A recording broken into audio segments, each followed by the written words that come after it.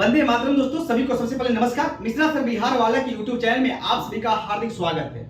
उम्मीद और आशा करते हैं कि आप सभी अच्छे होंगे और आज आपके सामने एक बहुत ही महत्वपूर्ण टॉपिक लेकर आए हैं और यह टॉपिक को हम क्या करेंगे, बहुत ही कॉन्फ्लिक्ट टॉपिक माना जाता है, लेकिन यह बहुत ही कॉम्प्लेक्स टॉपिक तो है ही, लेकिन इससे आपके कोई भी परीक्षा उठाकर देख लीजिए, चाहे वो पीसीएस का हो, यूपी पीसीएस का हो जाए, बिहार पीसीएस का हो जाए, दरोगा का हो जाए। इसके साथ ही अभी आप देखेंगे कि जो पिछले महीना जूनियर असिस्टेंट का पेपर हुआ था उसमें भी सतत विकास से प्रश्न पूछे गए थे और 100 में से 90 लोग इसे गलत करके आए थे। आप देखिए सतत विकास जो है ना, से आप देखेंगे कि सतत विकास एक ऐसा शब्द हो चुका है कि इसको आप प्रायः दिन न्यूज में सुनते होंगे। जब भी आप मोदी जी की भाषण सुनते होंगे तो वहां पे सस्टेनेबल डेवलपमेंट की बात की जाती है। अब तो अक्सर मुखिया के जो चुनाव हो रहा है उसमें भी जो प्रत्याशी जो है वो सतत विकास की बात कर रहे हैं। हालांकि भले वो सतत विकास के बारे में कुछ नहीं जानते हो, उनसे पूछ लिया जाए कि सतत विकास होता क्या है और सतत विकास का लक्ष्य क्या है और सतत विकास की जो लक्ष्य रखा गया है इसको पूरा करने के लिए निर्धारित समय पीरियड क्या है, तो क्या हो जाएंगे, नील बटा सन्नाटा हो जाएंगे। लेकिन हमको तो उसकी बात नहीं करना है, हमको सतत विकास को समझाना है और बहुत ही आसान भाषा में समझा देंगे हम। एक बार समझा देंगे तो अब जिंदगी में नहीं भूलेंगे। तो आइए शुरू करते हैं, लेकिन शुरू करने से पहले अभी तक आप चैनल को सब्सक्राइब नहीं किए हैं तो जल्दी जल्दी सब्सक्राइब करिए, क्योंकि आज हम बात करेंगे इंसान की फितरत पे। इंसान की फितरत ऐसी हो चुकी है कि जब जिसे पहले की रीत है कि अगर चाय में मच्छी गिर जाता है तो इंसान क्या करता है, पूरी चाय फेंक देता है। लेकिन वही मच्छी अगर घी में गिर जाता है तो क्या करता है, उसको निकाल के मच्छी को फेंकता है, घी को रख लेता है। क्योंकि इंसान की कीमत आजकल क्या है, पैसे से लगाया जाता है। और जिसकी वैल्यू आजकल क्या होता है, बहुत से लोग ऐसे भी होंगे सोचेंगे यूट्यूब पर फ्री की क्लास आ रहा है, आपको देखने में फ्री क्लास है, लेकिन आप समझिएगा इंसान की फितरत को समझिए, पैसे से सब कुछ नहीं खरीदा जा सकता है। तो आइए शुरू करते हैं सतत विकास। सबसे पहले बात जानने का प्रयास करेंगे कि सतत विकास होता क्या है। देखिए सतत विकास शब्द जो है वो 2012 में पहली बार इसकी बात की गई थी। सतत विकास का मतलब यह होता है कि सतत विकास क्या है, सतत विकास यानी विकास की ऐसी प्रक्रिया हो जिसमें क्या हो, सबका विकास हो, लेकिन अपनी विकास हो, लेकिन आने वाले जो पीढ़ी है उसको भी क्या करे, विकास उसके लिए भी रहे। हालांकि आजकल रील क्या चल रहा है, विकास गांव में पहुंचा कि ना पहुंचा उसको बात क्या अलग है। तो सतत विकास का मतलब यह होता है कि वर्तमान पीढ़ी को, जो आज का जनरेशन के है को विकास के लिए जो संसाधन है उस संसाधन का प्रयोग कीजिए, लेकिन आने वाले जो पीढ़ी है उसके लिए भी संसाधन को बचाकर रखा जाए। तो सतत विकास का मतलब यह होता है कि सतत विकास की ऐसी प्रक्रिया है कि जो वर्तमान पीढ़ी की आवश्यकताओं को तो पूरा करे, इसके साथ ही आने वाले जो पीढ़ी है उसके लिए भी क्या हो, संसाधन उपलब्ध हो और उसके भी विकास करने के लिए उसके भी संसाधन को रखी जाए। ये बात की गया था सतत विकास में। सतत विकास को हम धारणीय विकास भी कहते हैं और सतत विकास और धारणीय विकास में अगर ज्यादा लोकप्रिय शब्द देखा जाए तो थोड़ा सा आम बोलचाल की भाषा में सतत विकास है, लेकिन धारणीय विकास की परिभाषाएं और धारणाएं क्या थी और थोड़ा सा इससे व्यापक हो जाती है।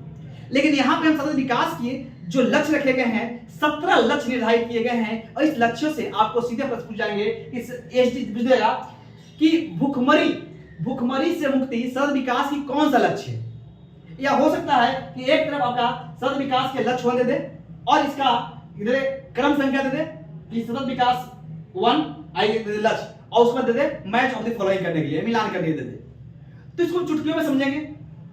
देखिए सतत विकास के लिए जो है वह 17 लक्ष्य निर्धारित किए गए हैं और इसकी लक्ष्य जो 17वां लक्ष्य जो है यह 2030 तक पूरा करने की अनुमान भी है कि 2030 तक हम इसको पूरा करने का सरकार ने लक्ष्य रखा है। अब पूरा होगा कि ना होगा इसकी चर्चाएं आप बाद में करते रहिएगा। देखिए सतत विकास 1 की अगर बात कर लिया जाए तो सतत विकास 1, देखिए सबसे पहले क्या था, हमारे एक मंगरू चाचा थे। अब मंगरू थोड़ा सा आप देखिए, आपको ट्रिक समझाएंगे तो थोड़ा सा प्रेजेंट ऑफ माइंड को क्या रखिएगा, यही रखिएगा, कहीं और मत रख लीजिएगा लाल पीला गुलाबी के चक्कर में। देखिए एसडीजी 1 यानी सस्टेनेबल डेवलपमेंट ग्रोथ की बात करते हैं, ठीक है।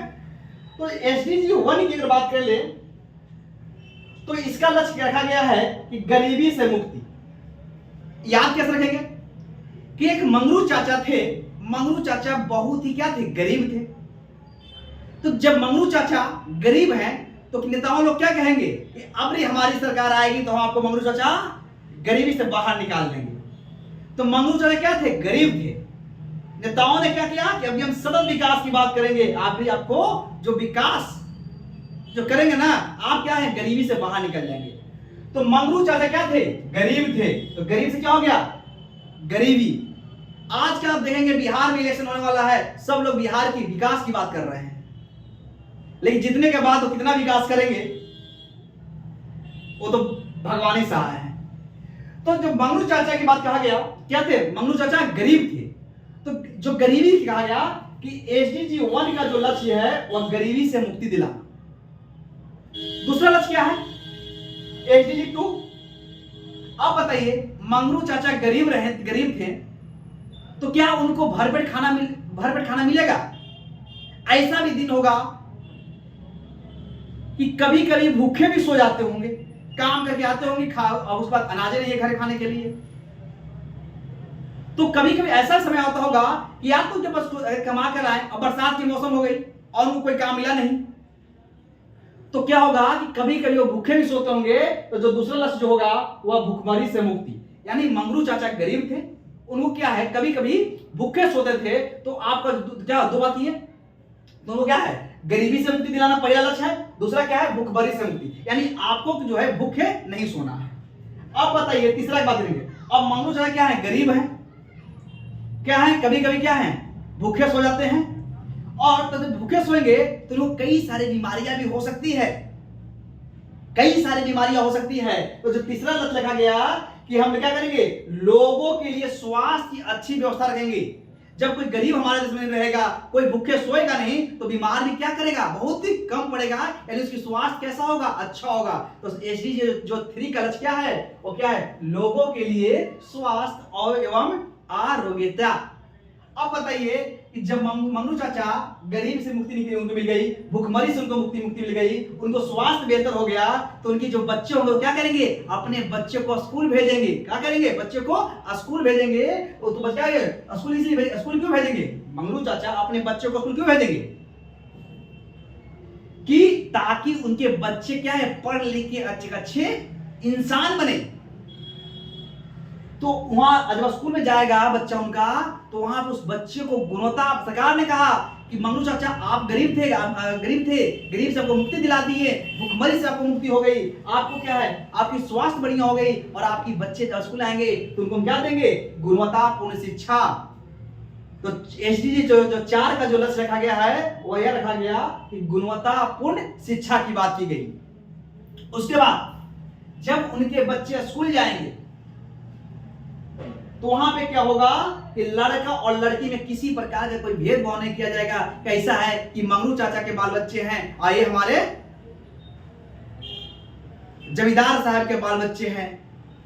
वहां पे कहा गया कि स्कूल में जब आएंगे तो दोनों का क्या होगा, बराबर की भावनाएं, कोई ऊंच और नीच की बात नहीं किया जाएगी। और यहां तक कि नहीं कि आपके बेटा और बेटी में कोई फर्क नहीं किया जाएगा, यानी आपकी बेटी हो चाहे वह जमींदार साहब की बेटी हो, या मंगरू चाचा का बेटा हो या राय साहब का बेटा हो, वहां पे क्या कहा जाएगा, सब क्या होंगे, बराबर होंगे। और यहां पे क्या किया जाएगा, लैंगिक समानता, यानी लिंग के आधार पर किसी भी प्रकार के लड़का और लड़की में कोई भेदभाव नहीं होगा। तो एसडीजी 5 का जो लक्ष्य क्या रखा गया है, लैंगिक समानता की बात करता है। छठे नंबर पर बात करेंगे,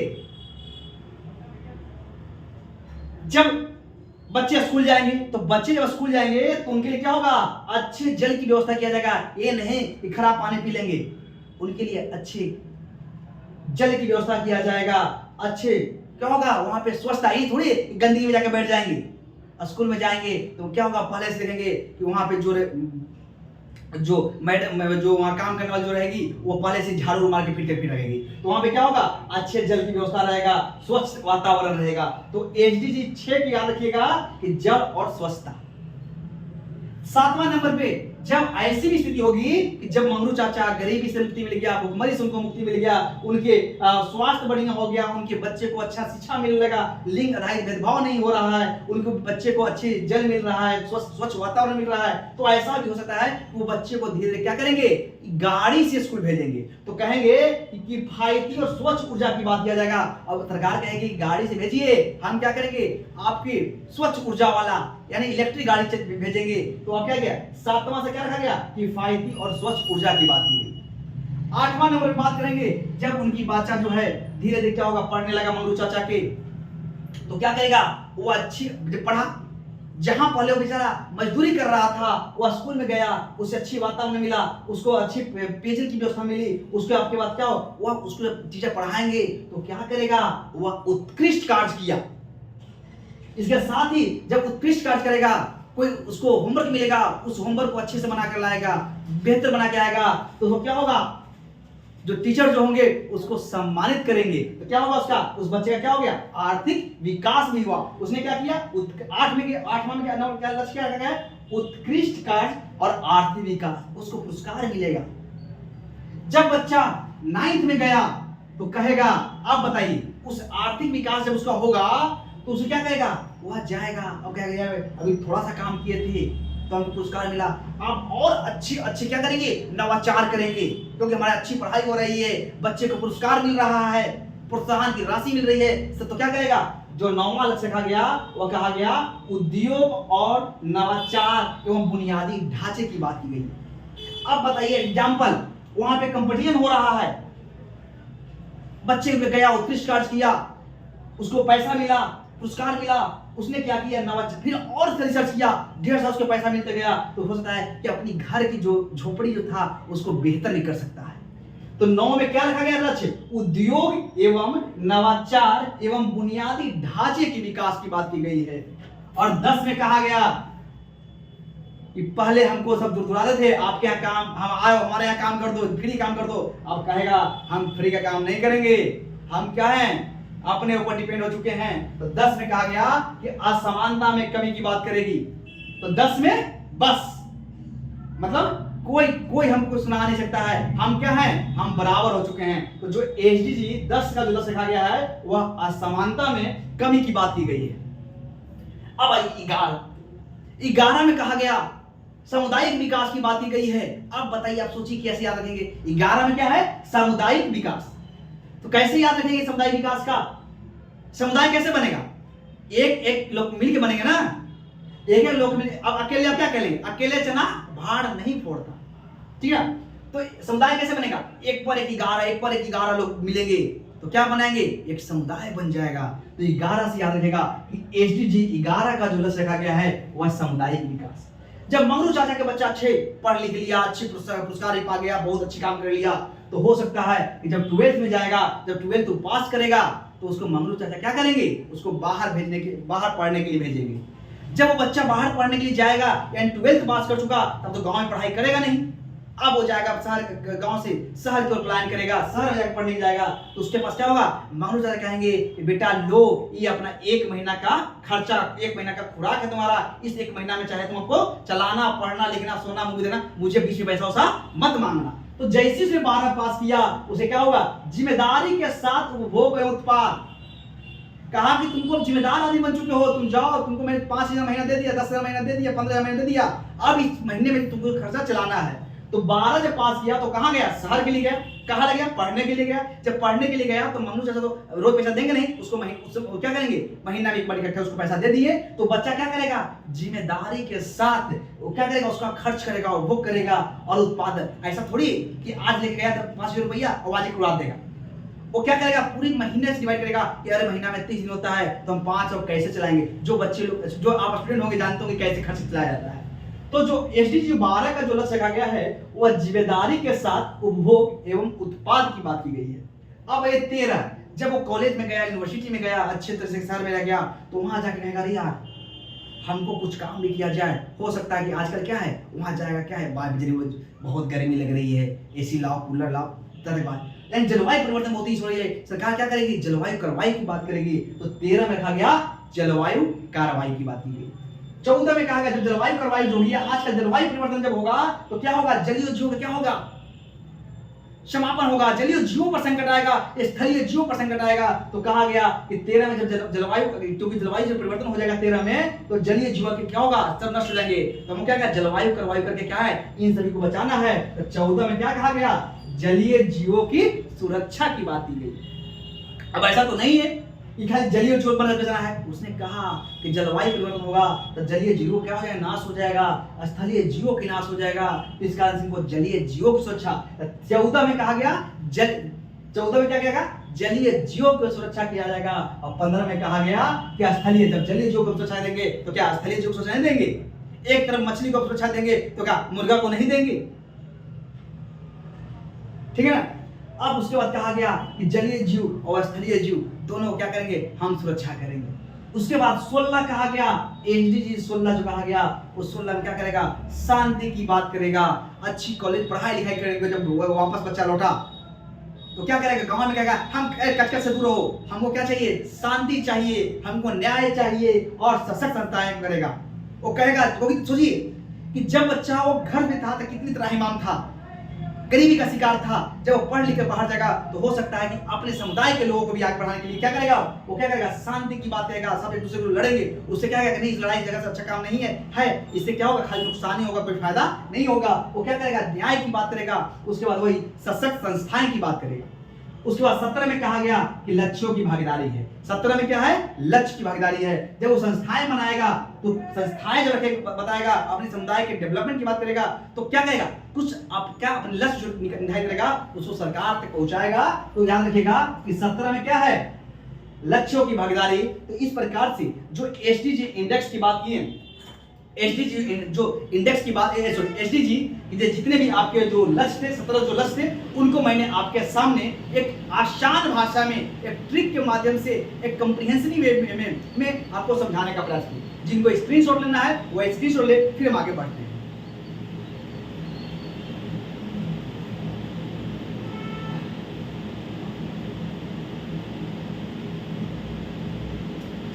और कोई अगर टॉपिक आपको डाउट में होगा तो आप मुझे कमेंट कर दीजिएगा, हम उस टॉपिक को आसान भाषा में समझाने का प्रयास कर देंगे। ठीक है ना।